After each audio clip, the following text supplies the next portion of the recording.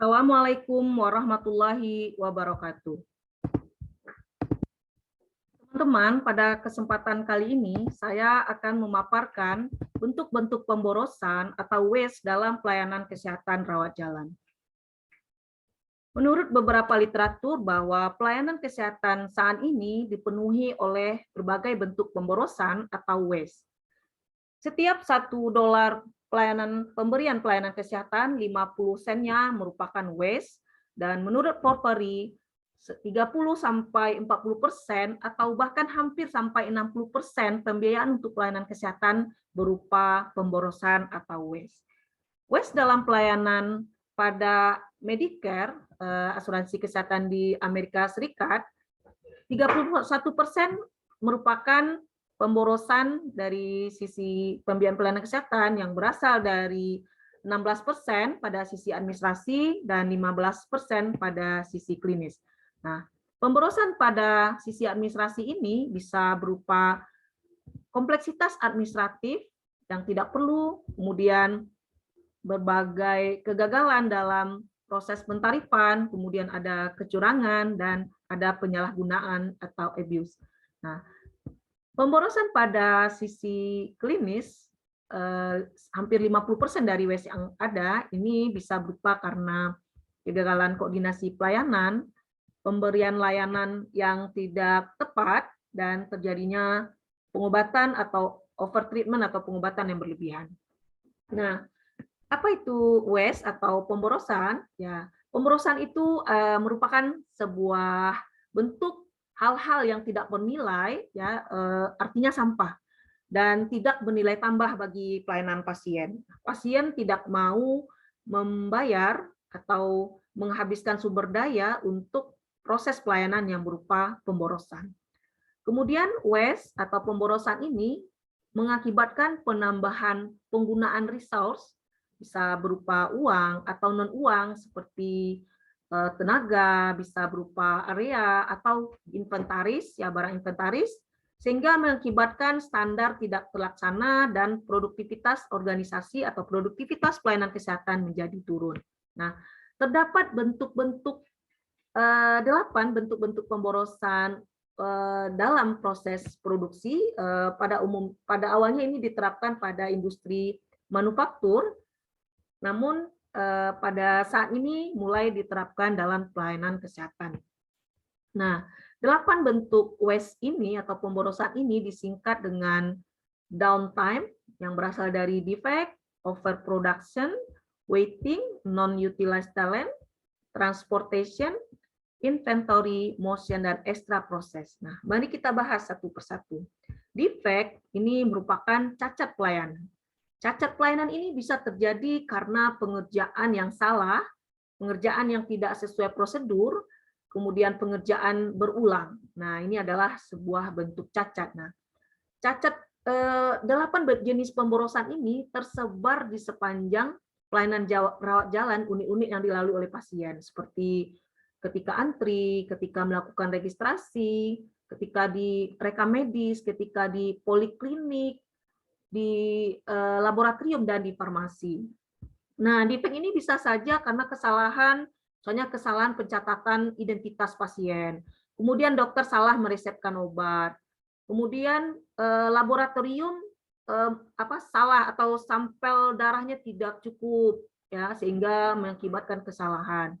Atau bisa juga terjadi karena pemberian obat yang salah, mungkin karena obatnya mirip bentuknya, kemudian look alike namanya, kemudian juga sound alike, mungkin namanya mirip. Nah, ini merupakan bentuk kesalahan yang berupa atau defect yang merupakan bentuk-bentuk waste atau pemborosan. Nah, sehingga cacat pelayanan ini tentu merugikan pasien karena bisa terjadi medical error atau membahayakan keselamatan pasien. Nah, berikutnya adalah overproduksi. Nah, overproduksi ini bisa juga terjadi pada pelayanan antrian, mungkin ketika antri pasien mengambil beberapa nomor.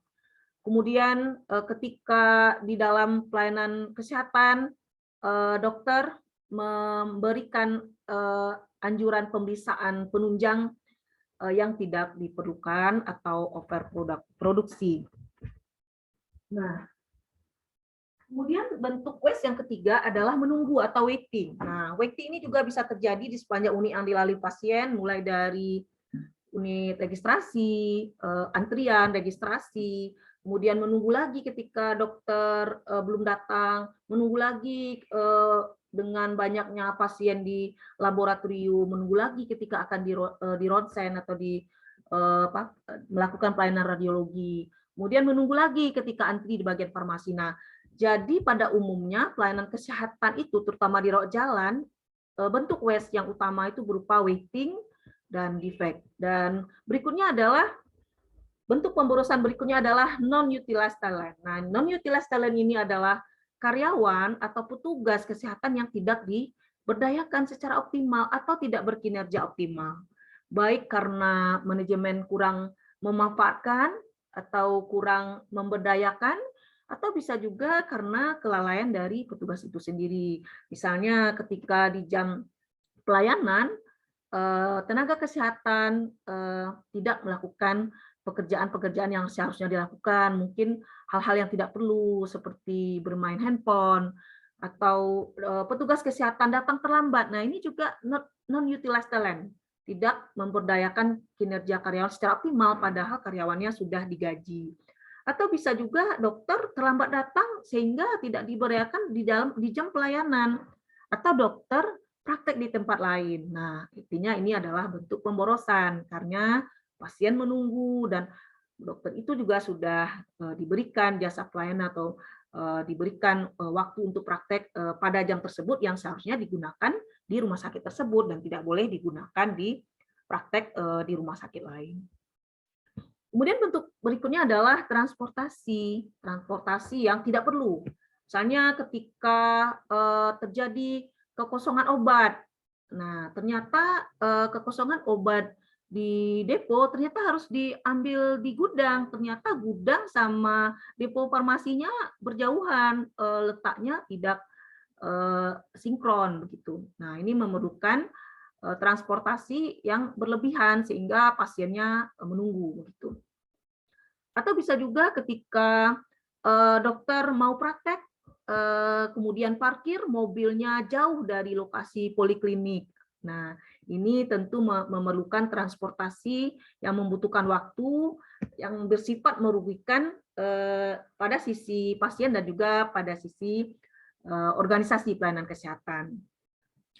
Kemudian adalah inventory. Inventory ini adalah barang-barang inventaris yang tidak digunakan. Kita tahu beberapa barang inventaris yang bisa saja memakai tempat ketika ada barang-barang yang rusak tetapi masih disimpan sehingga mempersempit ruangan pelayanan. Pasien menjadi sesak karena adanya barang-barang yang rusak, bisa saja CT scan atau alat radiologi yang rusak kemudian diletakkan di poliklinik. Nah, sehingga mempersempit ruangan. Nah, ini juga adalah bentuk pemborosan. Seharusnya ruangan tersebut bisa lebih lapang sehingga pasien lebih nyaman, atau bisa juga dibuat untuk memproduksi layanan lainnya atau poliklinik lainnya.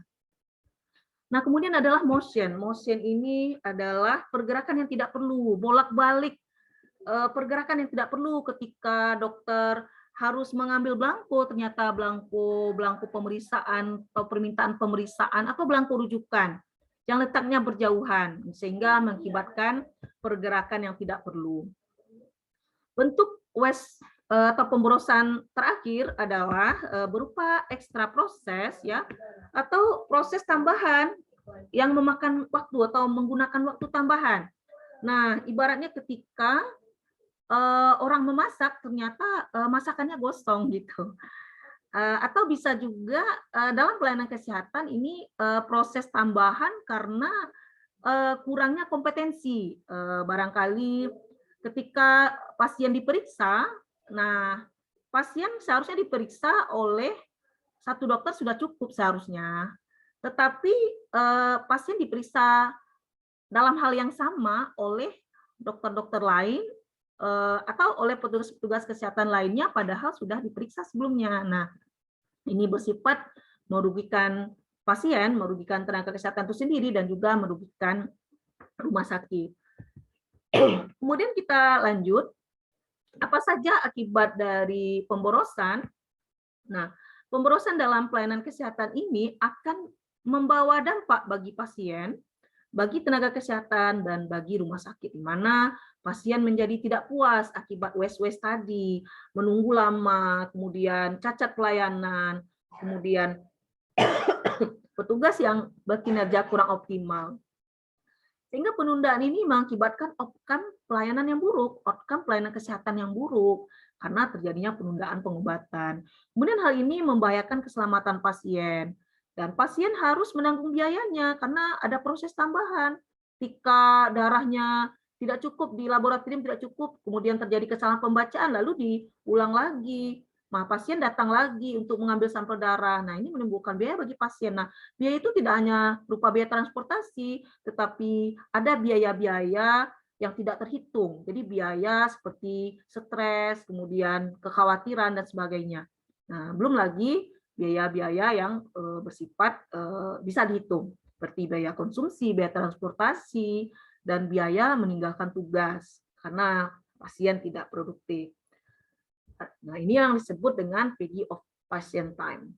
Kemudian juga biaya pada penunggu pasien, karena penunggu pasien harus meninggalkan pekerjaannya juga.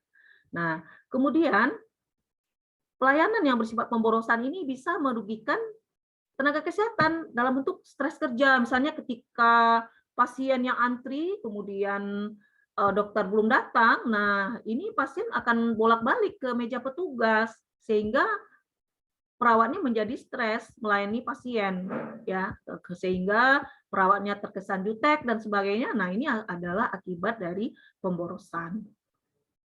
Kemudian waste atau pemborosan ini bisa mengakibatkan kerugian bagi rumah sakit karena pasien yang tidak puas, sehingga pasien akan mencari rumah sakit lain. Nah, ini akan berdampak pada aspek marketing rumah sakit, sehingga pasien menjadi tidak loyal, dan ini berdampak kepada keuangan karena rumah sakit kehilangan income. Nah, kemudian rumah sakit harus kehilangan capacity cost-nya ketika karyawan sudah digaji, dokter sudah digaji, tapi praktek di tempat lain.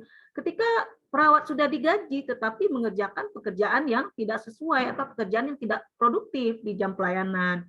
Misalnya buka-buka HP atau mengobrol, dan pekerjaan-pekerjaan lain yang tidak berkaitan dengan pelayanan kesehatan. Kemudian juga bisa terjadi karena fixed cost, itu karena biaya ruangan, ya seperti tadi inventory yang berlebihan, ya, sehingga mengakibatkan tempat yang seharusnya bisa difungsikan untuk kegiatan aktivitas pelayanan yang lain, ternyata harus difungsikan untuk menyimpan biaya-biaya inventory tadi, atau pasien yang menunggu. Ketika pasien menunggu lama, nah ini mengakibatkan rumah sakit perlu memperlebar ruangan tunggu. Nah, ini merupakan bentuk dari pemborosan. Nah, demikian video kita kali ini. Untuk video selanjutnya akan kita sambung pada sesi berikutnya. Assalamualaikum warahmatullahi wabarakatuh.